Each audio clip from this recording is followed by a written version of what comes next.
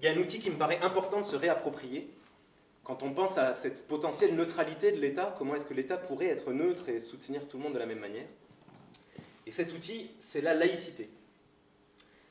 Alors, je vois bien que la laïcité, c'est lié, hein, ces débats d'islamophobie et tout, enfin, le voile, tout ça. Moi, je veux vraiment le prendre sous un autre angle d'attaque. L'article 1 de la loi de 1905, alors la loi de 1905, il n'y a pas le mot laïcité dedans. Ce n'est pas une loi sur la laïcité, mais tout le monde fait référence à cette loi quand il s'agit de laïcité. Donc c'est une loi de séparation des églises et de l'État. Et l'article 1 dit la chose suivante.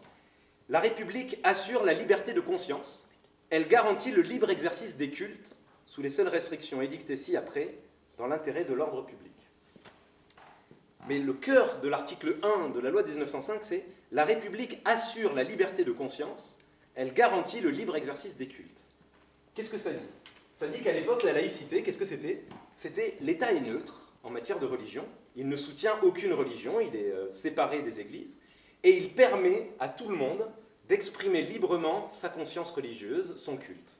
Donc à l'époque, c'était l'État est neutre et tout le monde peut s'exprimer. Qu'est-ce que c'est devenu depuis 94, 98, 2004, depuis toutes les lois autour du voile? C'est devenu l'individu, la jeune fille qui va à l'école, l'individu doit être neutre dans certains espaces. C'est plus l'État, c'est elle ne représente pas l'État. Et donc on dit maintenant, souvent, la religion c'est du domaine du privé, il faut le faire à la maison, pas dans l'espace public. Donc on est passé de l'État doit être neutre à l'individu doit être neutre. Et il y a eu un autre glissement, c'est le terme de public. À l'époque, public, ça veut dire qui représente l'État. C'est les préfets, le président, peut-être les profs, même si c'était un débat en 1905, est-ce que les profs représentent l'État? Mais bon, disons les profs, les bâtiments publics, tout ce qui représente l'État. Maintenant, public, ça veut dire où il y a du public, dans la rue, à l'école. Alors, ce n'est pas tous les lieux publics, mais enfin, il y a eu un glissement. Mais le truc, c'est que si on passe de l'État doit être neutre à l'individu doit être neutre, si l'individu, dans certains espaces publics, par exemple dans la rue ou à l'école, ne peut plus exprimer sa conscience, si la liberté d'exprimer sa conscience est à la maison, dans le privé, et alors il n'y a plus de liberté de conscience. Parce que par définition, la liberté de conscience, c'est la liberté d'exprimer cette conscience. Si on a le droit de le penser, mais qu'on n'a pas le droit de le dire, alors je vous mets au défi de me trouver un système politique où il n'y avait pas de liberté de conscience. Même dans les dictatures nazies, même dans les camps de concentration, à ce point-là, on avait le droit de penser ce qu'on veut. On n'avait pas le droit de le dire, mais on avait le droit de le penser. Donc la définition de la liberté de conscience, c'est la possibilité de l'exprimer. Et donc, la laïcité est passée de garantir le fait que tout le monde puisse exprimer sa conscience à restreindre, dans certains espaces, pour certaines personnes, la possibilité d'exprimer cette conscience. Et le problème, c'est que ce n'est pas n'importe quelle personne qui ont été restreintes.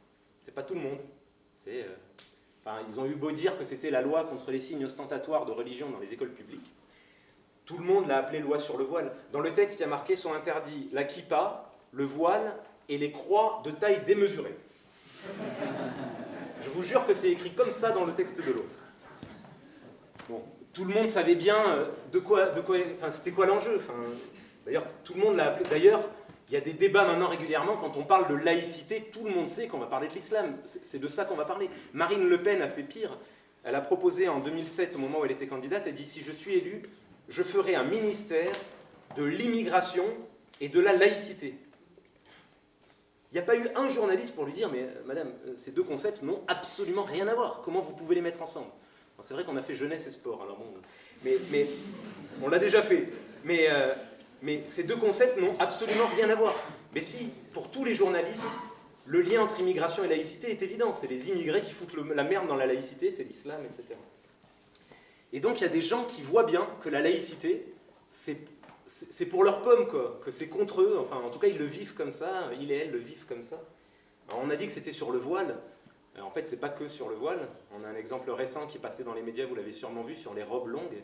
C'est-à-dire on a interdit à des jeunes filles qui portent le voile, qui l'enlèvent en rentrant dans le lycée, on leur a interdit de rester au lycée parce qu'elles portaient une robe qui était trop musulmane au bout de la direction, trop longue, trop musulmane. La nana disant dans les médias, j'ai fait exprès d'aller acheter ma robe chez Zara ou je sais pas qui, là. En quoi c'est musulman, dame? Franchement, je l'ai acheté chez Zara. Donc l'argumentaire c'est celui-là. Au lycée polyvalent du Mirail de Toulouse, rive gauche, il y a 3 ans le même cas, 5 jeunes filles qui ont été menacées d'exclusion. finalement, elles ont réussi à négocier. Et donc, quand on les a soutenues, elles nous racontaient exactement ce genre de choses-là. Il y a une vidéo sur Internet.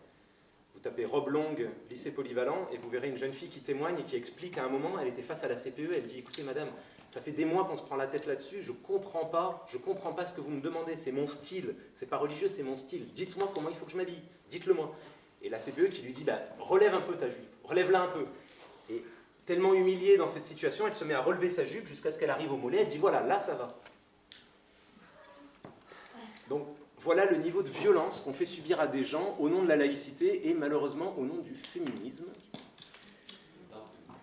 Puisque c'est quand même aussi au nom du féminisme que cette loi a été appliquée, au nom du féminisme que des jeunes filles ne peuvent pas aller à l'école. Je ne nie pas le débat, je ne suis pas en train de... Enfin si, moi je ne vais pas l'aborder là, mais je ne nie pas que ce débat soit réel sur le voile est-il un signe d'oppression, est-ce qu'il est un signe d'oppression dans tous les contextes de la même manière, le débat sur le voile en Iran, le voile en Afghanistan, le voile... Ce que je sais, c'est que ces jeunes filles-là, qui choisissent de le mettre, je ne sais pas si elles ont à subir le fait qu'en Iran, en Afghanistan ou en Algérie, il se passe des choses, et je ne sais pas si au nom du fait que ce soit un signe d'oppression, elles ne doivent plus aller à l'école, elles doivent subir ces humiliations permanentes. Enfin, voilà. Moi, c'est ça qui me questionne, sans dire que le débat sur les signes d'oppression est à exclure. Et donc je crois que cette laïcité, elle est en train de dire ça aux gens. La culture, c'est la nôtre. Athée, bon, catho quand même, enfin bon, voilà.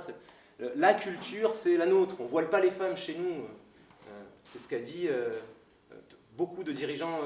Le voile n'est pas le bienvenu sur le territoire de la République. Chez nous, on ne voile pas les femmes. Enfin, ce genre de discours.